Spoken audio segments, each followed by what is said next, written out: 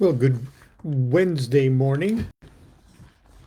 Yes, it's starting to get chilly here in Sacramento. Uh, I just got back from my walk, and I've started a little bit late, so I'm still sort of informally bundled up here. So I hope you don't mind my appearance. But we're going to talk about Kabbalistic stuff today, so I'm putting on my Rabbi Lamed Ben Clifford uh, hat here. Uh, in reaction to something that I said over the last few days. I don't know when it was that I was talking about uh, An Accidental Christ, my novel, An Accidental Christ. Uh, and I got an email for a very respectful and intelligent email, but sort of taking me to task about uh, how it seems that I was disrespecting uh, uh, certain people or certain religions' belief systems, and I certainly don't want to ever uh, give that impression because I believe people are free to believe whatever they want, as long as they don't want me to believe it at the point of a gun. Um, so the, the letter sort of ended up Mr. DuQuette, or actually they put it in quotes, Rabbi DuQuette, do you believe in nothing? And I wrote a nice letter back, uh, and I won't read either of those letters to you, but it was a nice, courteous letter back. But it got me thinking. And a number of years ago, I composed a list of uh, what a Kabbalist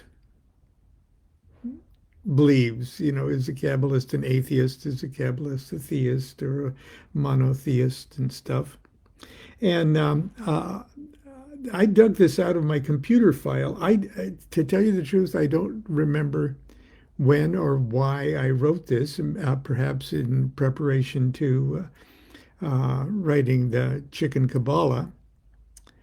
Uh, but I'm going to share it with you today, no matter no matter what the provenance. But to prepare you for that, I'm going to ask the frequently asked questions about the Chicken Kabbalah, because Chicken Kabbalah and Son of Chicken Kabbalah is sort of a summary of my point of view on this subject. So um, I'm just going to quickly read through the frequently asked questions about Chicken Kabbalah, and then I'm going to share with you this. Uh, what a Kabbalist is and what a Kabbalist isn't, little single sheet thing. We are Kabbalists not to prove the Bible is holy. We are Kabbalists because everything is holy. Rabbi Lamed Ben Clifford. Without a doubt, the first question people asked Rabbi Lamed Ben Clifford concerned his choice of the word chicken. Okay. Now, I'm sure I've read this probably numerous times to you before, but please bear with me again. Uh,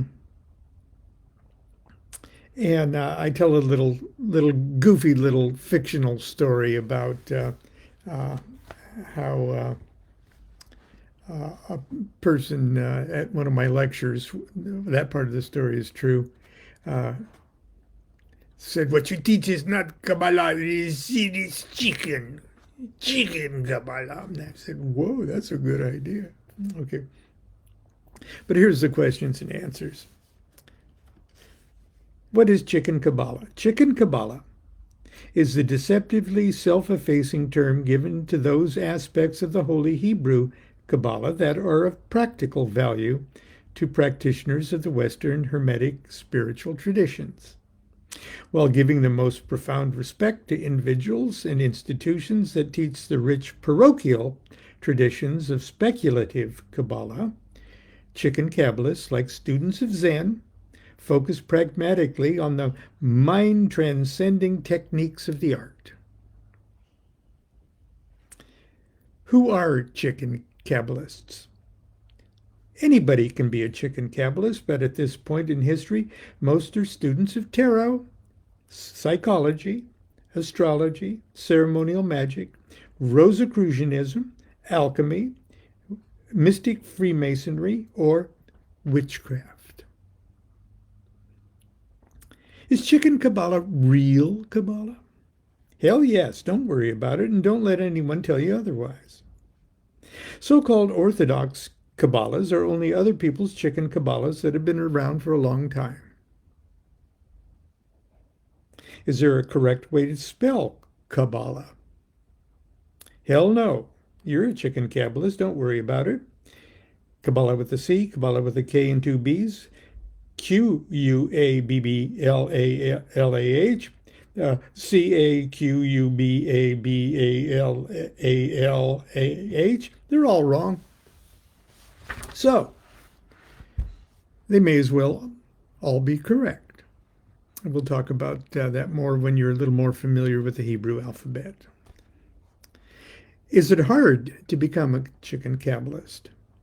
Hell no, don't worry about it. If you feel the need to, for some external validation, sign this, cut it out, and put it in your wallet. No need to send in an application or pay any dues. If the omniscient deity really exists, it will surely recognize your bold act of spiritual audacity. And then I include here in the text of Chicken Kabbalah your membership card into the Zerubbabel Institute of Philosophical Youth, or ZIPPY.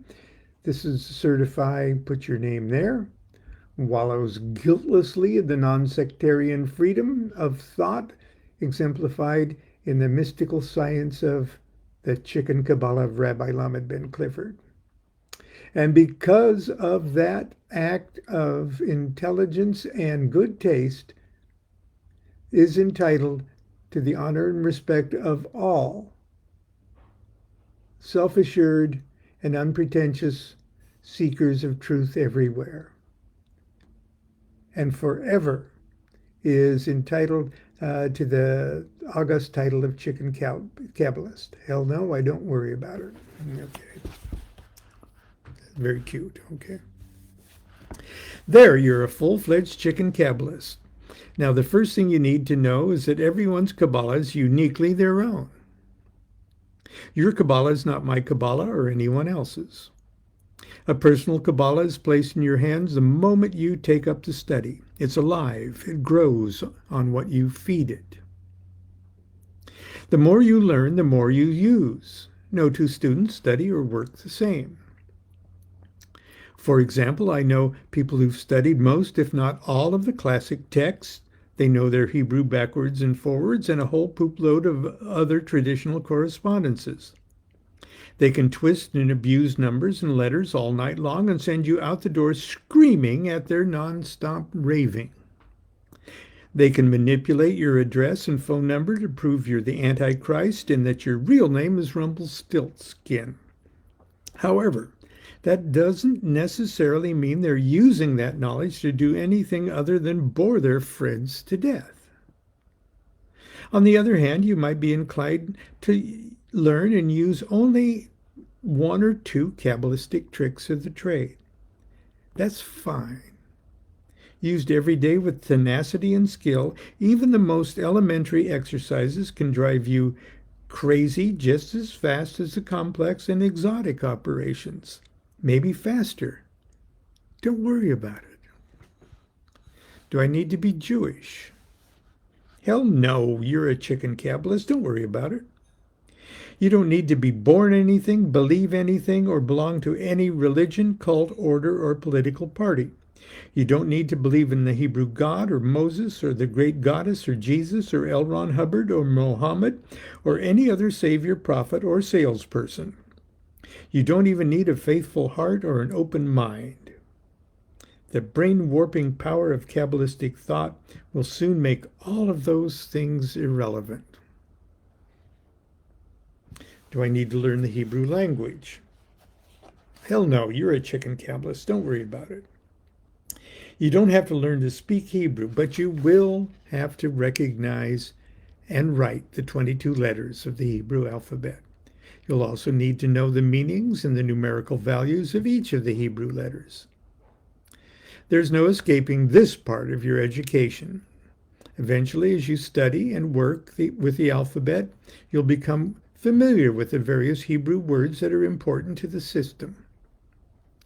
Soon, if your studies take you in that direction, you'll be able to recognize these words in the original Hebrew texts.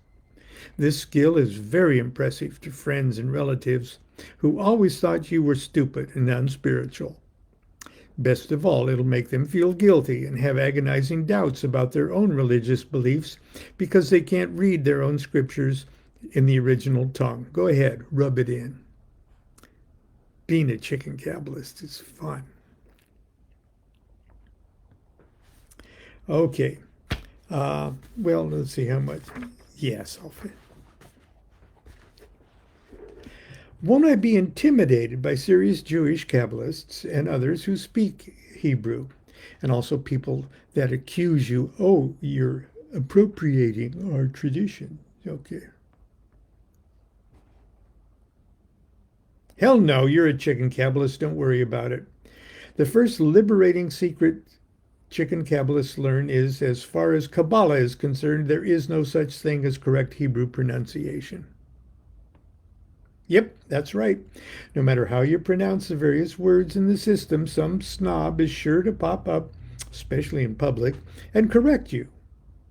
Remember that Hebrew, as a spoken language, is relatively young.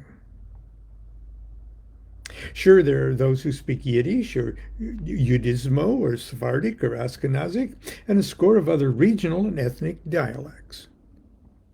There are correct ways to pronounce these dialects. But nobody, I repeat, nobody knows for sure what the sacred language of ancient Hebrews sounded like, or even if it was spoken at all. Pronunciation has less than nothing to do with the study and practice of the spiritual applications of Kabbalah. Now, that might be an exaggeration because you can make mantras out of various Hebrew words and phrases and the letters themselves.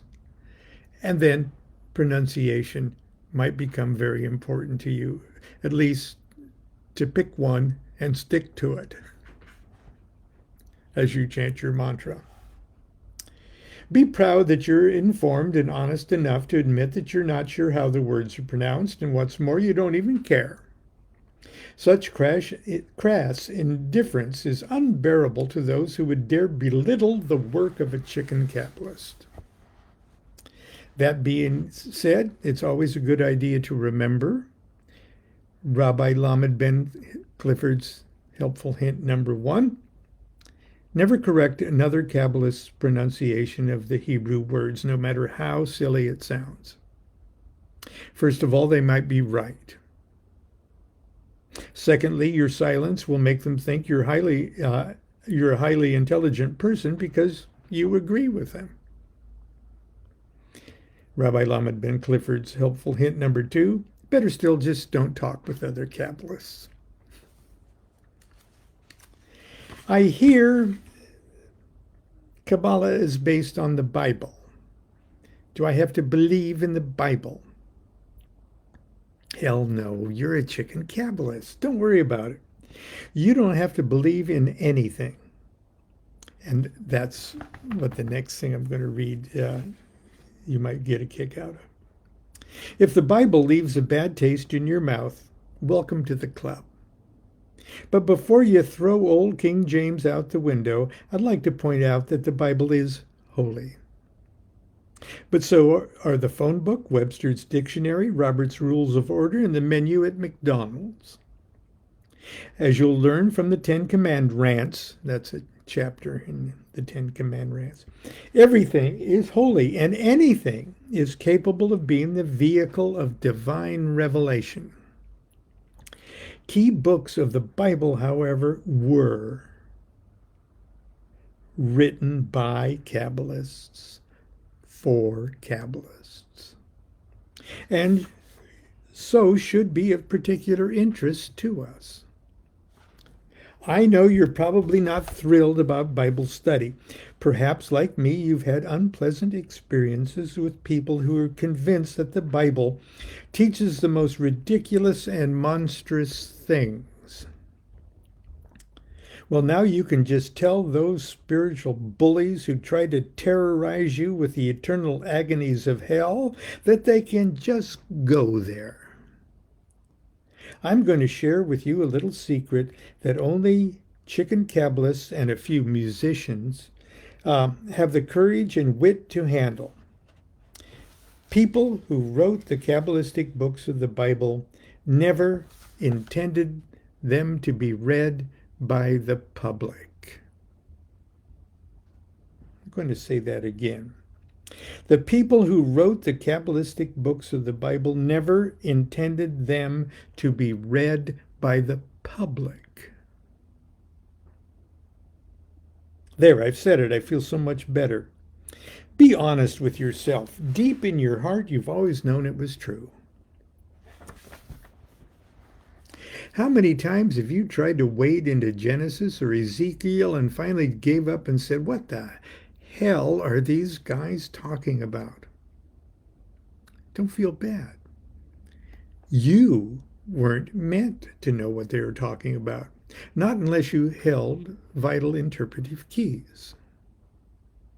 I know that sounds snobby and elitist, but it's true. These texts were crafted by mystics possessed of profound understanding of the universe and the mysteries of human existence. At a time when writing was reserved for priests and royalty, they used poetry and parables to express thoughts that everyday language could not accommodate. They assembled the phrases with great art from individual words that conveyed an even deeper level of truth. And finally, each word was made up of unique symbolic letters, each of which revealed yet another story. A story so profound and abstract it could only be told and understood in the pure language of numbers and mathematics. These sages were full-time holy guys. They wrote this stuff for other full-time holy guys. And the tiny segment of every generation who would be equipped with the intelligence, the spiritual drive, and yes, the leisure time necessary to embark upon a lifelong quest for enlightenment. I assure you, these ancient mystics would have produced a radically different body of work had they, in their wildest nightmares, imagined that in some future dark age, their secret coded scriptures would be seized by half-witted and sadistic European cannibals and interpreted literally like some grotesque and racist history book.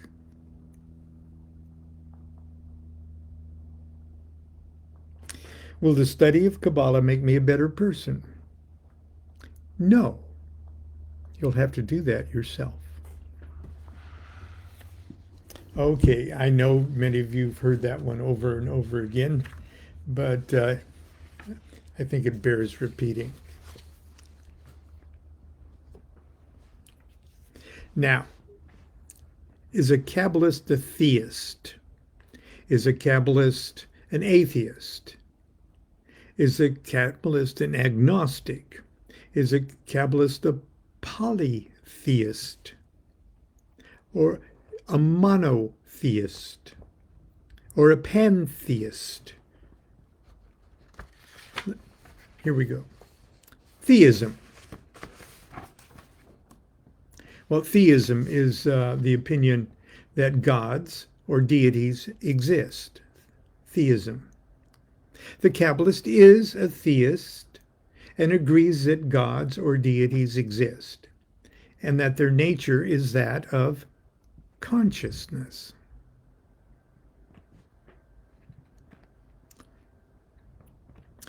Atheist. Atheism, an absence of belief in any gods or deities. Atheism. A Qabalist is an atheist in that he or she does not, quote, believe in or, quote, worship gods or gods as commonly understood by religions. So, Qabalist is a theist and an atheist. Agnosticism, which is, it's not possible to know whether gods or deities exist. Or the agnosticism is the opinion that one does not know. The Qabalist is an agnostic in that he or she accepts the fact that ultimately deity cannot be comprehended by the meat brain or the rational mind. So Qabalist is an agnostic. Polytheism. Polytheism is the belief that there's multiple gods or deities that exist. Understanding that God is an aspect of consciousness and that gods, archangels, angels, intelligences, spirits, and demons are metaphors for progressively lower and lower levels of consciousness, the Qabalist is also a polytheist. Monotheist, that only one God exists. The Qabalist is a monotheist, in that they recognize there is one supreme consciousness of which all other levels of consciousness are just partial expressions. Monotheist. Pantheist. Pantheism is God and the universe are equivalent. By this definition, non-Qabalists could accurately say Qabalists are pantheists, but most Qabalists would disagree. Now that's kind of a tricky one. So pantheism is usually defined as God and the universe are equivalent. And so by that definition, non-Qabalists could accuse Qabalists as being pantheists, but most Qabalists would disagree that they're pantheists. And there's pantheism that the universe is part of God. If you want to use that kind of definition, most Qabalists would probably be comfortable with calling themselves pantheists. Qabalists are pretty tricky people when it comes to defining themselves to the person sitting next to you on the airplane. Animism. The belief that everything is alive, that spirits are in all things, or all things have souls. Most Qabalists would be probably comfortable calling themselves animists as well. Monolatry, the belief that there may be more than one deity, but only one should be worshipped. Most Kabbalists would find this highly amusing.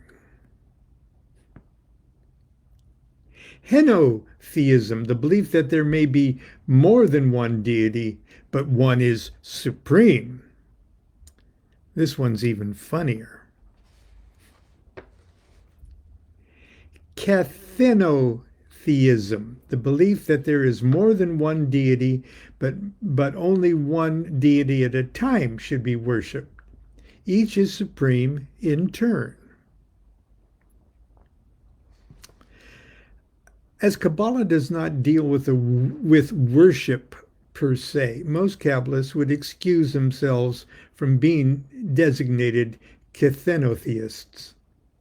That being said, the religious practice of viewing the infinite qualities of the supreme consciousness, or God, as being expressed by infinite forms, gods, and the concept that by worshiping one of the gods, you are in essence worshiping the supreme deity, is not incompatible with Kabbalistic thought. There, when someone asks you on the airplane, just read that to them. Anyway, that's it. That's it for today. Tonight we're getting ready.